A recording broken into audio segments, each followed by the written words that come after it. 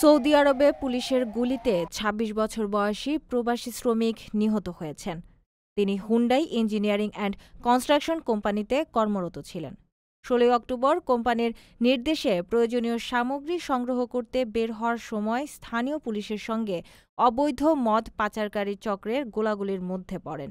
পুলিশের ছোড়া একটি গুলি দুর্ঘটনাক্রমে তার শরীরে লাগে। গুরুতর অবস্থায় তাকে হাসপাতালে ভর্তি করা হলেও তিনি প্রাণ হারান।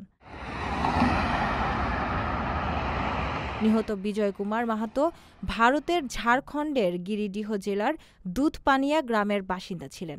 ভারতের শ্রম মন্ত্রণালয় ও রিয়াদে ভারতীয় দূতাবাস তার মরদেহ দ্রুত দেশে ফেরানোর চেষ্টা করছে।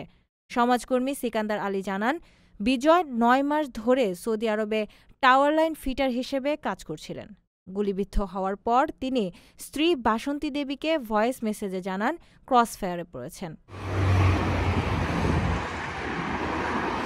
বিজয়ের মৃত্যুতে তার গ্রামে শোকের ছায়া নেমেছে। ৫ ও ৩ বছরের ২ সন্তান ও বাবা মাকে রেখে তিনি দেশে আর ফেরেননি। নিহতের শ্যালক রামপ্রসাদ মাহাতো জানান, গুলিবিদ্ধ হওয়ার সময় পুলিশ অন্য কাউকে লক্ষ্য করলেও ভুলবশত বিজয় আক্রান্ত হন। ঝাড়খণ্ডের বিধায়ক জয়রাম কুমার মাহাতো ভারতীয় দূতাবাস, সৌদি রাষ্ট্রদূত ও স্থানীয় প্রশাসনের কাছে নিরপেক্ষ তদন্ত ও পরিবারকে আইনি ও আর্থিক সহায়তা দেওয়ার দাবি জানিয়েছেন। ৫ লাখ টাকায় প্রবাসীর সিটির মালিকানা শেয়ার, ৫ বছরেই দ্বিগুণ মুনাফা।